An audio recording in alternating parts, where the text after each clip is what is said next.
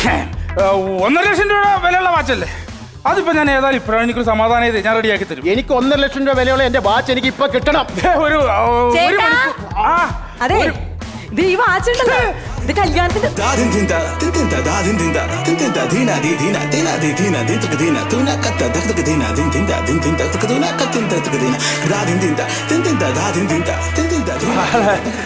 അത് ശരി.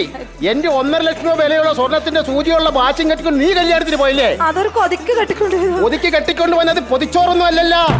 ആ വാച്ചിനകത്തൊരു സ്വർണ്ണ സൂചിയുണ്ട്. അത് നീ അടത്തിയെടുത്തിട്ടുണ്ടോ എന്ന് എനിക്ക് ഇപ്പൊ അറിയണം. ഞാൻ എന്റെ സൂചി ഒന്നും എടുത്തിട്ടില്ല, അതിലെല്ലാം ഉണ്ട്.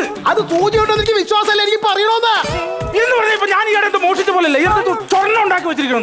നീ ഒരു കാര്യം ചെയ്തോടി, നമ്മുടെ അപ്പുറത്ത് കനാനെ വിളിച്ച സ്വർണ്ണപ്പടിക്കാരൻ, അവനെ വിളിച്ചേ, അവന് പെട്ടെന്ന് വരാൻ പറ. അയാളെ സ്വർണം, നിന്റെ സ്വർണ്ണം ഞങ്ങൾക്ക് വേണ്ട. കുറെ നേരായി.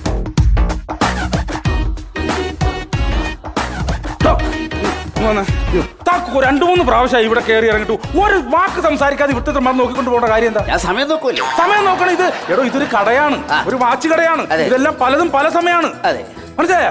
കൃത്യസമയം ഇല്ല. അല്ല, എനിക്ക് എന്തായാലും സമയം അറിയണമല്ലോ. സമയം ഒരു കാര്യം ചെയ്യും, താൻ ഈ മുനിസിപ്പാലിറ്റി കറക്റ്റ് സമയത്തിന് സയറിനടിക്കും. അവിടെ പോയിരുന്ന് താൻ സമയം സെറ്റ് ചെയ്യും. മുനിസിപ്പാലിറ്റിയിലോ? മുനിസിപ്പാലിറ്റി ഷയറിന് അടിക്കുന്ന ആരാ? ഞാനാ. എനിക്ക് കൃത്യസമയം കിട്ടണം, അതാ നോക്കുന്നത്.